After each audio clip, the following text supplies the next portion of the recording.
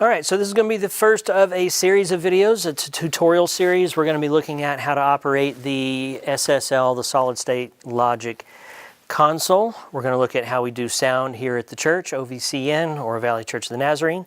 And again, this will be the first of a series. So what this one's covering is startup. So we're going to look at how to boot the system up, how to make sure we're connected to the correct stage boxes, and what it looks like to pass our first piece of audio through the console. So very first thing we want to do is we want to fire up the console and hit the key in the wall to fire up all the rest of the sound system. Things to know.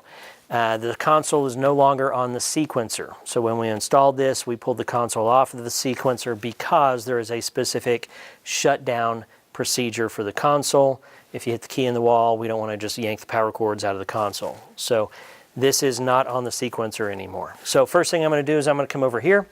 I'm going to hit the key in the wall, tap it over to the right. It'll return back to the 12 o'clock position. You'll see the little green LED above the key start to flash. That means it's firing up the audio processors, the amplifiers, the stage boxes, and things in the back. While that's coming up, I pulled the cover off of the console.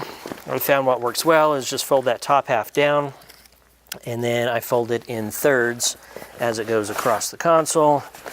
It's a nice neat fold, and then I dump that underneath the desk over here. When you see the console, there's a PSU button. PSU is power supply unit. It's lit kind of a lavender color. As soon as I click that just once, it'll start the startup process for the console. A couple of things to be careful of here. When the console is going through its startup process, you'll see all the faders start to move. That's a calibration thing. We want to make sure we don't have anything, a pair of headphones or anything, setting on the desk as it boots, because we don't want to interfere with that calibration setup. There is a startup progress bar as the console boots. It looks like it gets about halfway over and hangs. It's not hung, just wait on it. The console does take a good while to boot up. I've clocked it at 2 minutes before. This is version 4.7 of the operating system. And yeah, I've clocked it at a straight 2 minutes to boot. So in the meantime, while the console is booting, you saw the faders doing their thing there. I'll go ahead and make sure the computer is up and running. So I'll turn the power on for that display, turn the power on for this display. Both of these displays are connected to a computer that's underneath the desk over here. Just a standard Windows 10 computer. We don't normally shut it off when we're done. We just kind of leave it running, and we leave the software that we use on this running as well. If you turn these screens on and they say no signal, you may have to come down here and hit the power switch on the computer. Nothing fancy or special about that. Probably means we had a power outage or something. So there are two pieces of software we want to get up and running on this computer. There is a mouse over here to the right of the console. That's the left screen. This is the right screen. The one mouse can go back and forth across the two. The two pieces of software we want to make sure are running. Down in the Windows taskbar, there's one that's called SoundGrid Studio. SoundGrid Studio is the software that runs a little audio interface sitting on a shelf underneath the desk here. MADI in, MADI out. This is how we get sound to and from our audio processing. It's also when we do virtual tracks, virtual sound check. It's also the interface we use for that. So the first software you want to fire up is called SoundGrid Studio. It's got a green icon down here in the taskbar. Once that comes online, then we want to fire up the second piece of software called Waves Multi-Rack. This is where we put in audio plugins and stuff for the different channels. Currently, as of right now, the only thing we're using that for is Waves Tune on each of our vocal mics. So I've only got 8 racks over here, and each one has a single instance of the Waves Tune plugin. We are running this both for the Waves Tune stuff, but on occasion I will reroute how audio is going to and from this audio interface down here, and we'll use the same interface for virtual sound check, hoping to get a second interface shortly, and then I won't have to reroute that stuff. Okay, console is up and running now. A couple of things we want to do as soon as we get the console going is that I want to come through here and force the console to pre-draw or cache each of the interface screens. This is something that I'm I've been promised by SSL that they're working on. That's been a common complaint of the SSL Live platform since it came out, was that the interface was really, really slow. I agree with that. We are running version 4.7 of the software as of right now, so hopefully the next version, which little birdie told me that the next version is all about speed of the interface, so hopefully that's the case. In the meantime, what I have found that really speeds up the perceived interaction on the console is to go through and force it to pre-draw all the different windows. So here's what that looks like. First thing I do when the console comes up is I'm going to go over here to the channel view, and I'm going to touch each one of the sections. So I'm going to touch this MG button that stands for mute group. You can see how long it took to draw this section up here. Now I'm going to touch VCA, and it draws that section. It doesn't matter which channel I do this on, they're all the same.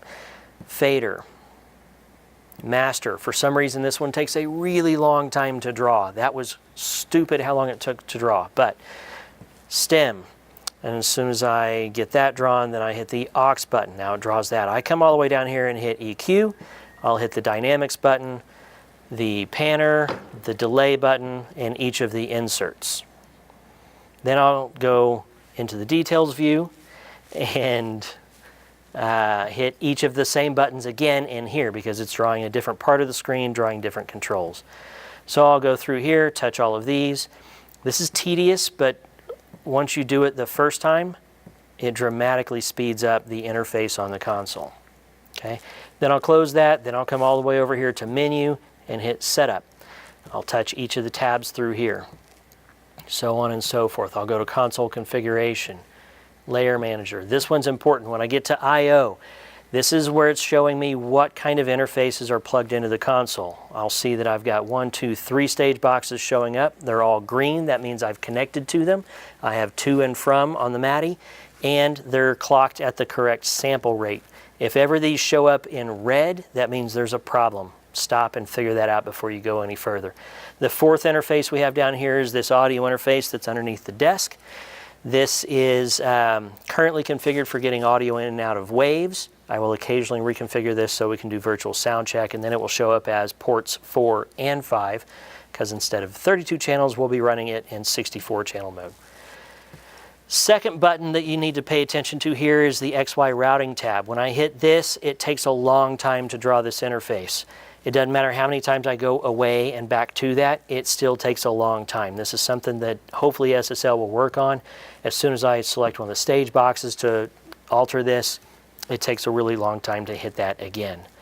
It just is what it is. Show files, presets, system and power, obviously you don't need to hit. Show files. This is, we're going to stop here for a second. First thing you do when you boot up the console after caching all of this stuff is we want to make sure we are on the correct show file. Okay? Show file is shown just right of center. Currently I'm on January 1. The left side of this window, you'll see all the show files that I've created. Typically I'm going to have a show file created that is, anytime I make even some fairly small changes, I'll create a new show file and I'll put the date on that show file. So typically you're going to want to load up whatever is the most recent show file. Okay? So times when that is not true is if we've got the Christmas program going. I had a specific show file for the kids musical. I had a different show file for the adult musical. You can see I have 10 different show files created for the adult musical. So as I made changes throughout rehearsals and stuff, I would increment that show file up.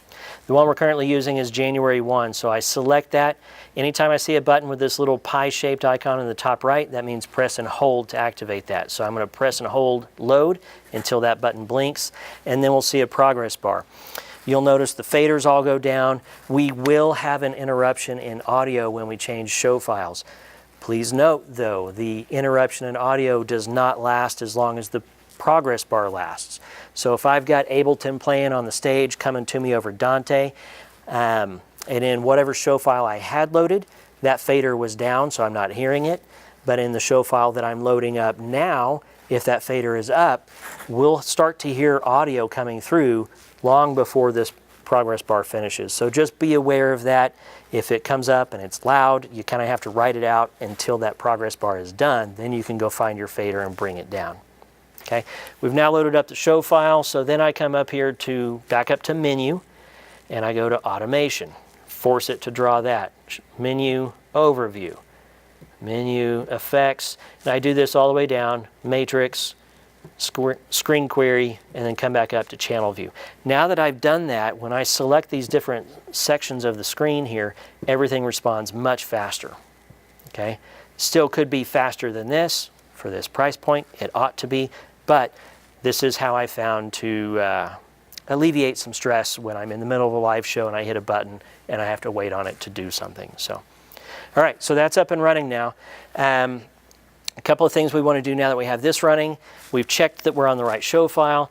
Next, I want to come over here and look at my automation, which I've got the physical buttons here, or I can go to menu, automation, or I can hit the shortcut button that we've created up here. You'll notice button 2, I've got some tape here, is called scenes. So if I hit 2, it takes me right to the automation page. We want to make sure that we are on whichever scene we want to use for this rehearsal or this performance. Okay, so I'll select whichever one we're doing and hit go, and we'll see the console change for that. Okay, last thing I do as a part of the startup is I'm going to come over here to the iPad, and I'm going to fire this guy up, and I'm going to open up Spotify or iTunes or something. We're using Spotify for pretty much everything. So I go Spotify, and I'm just going to hit play.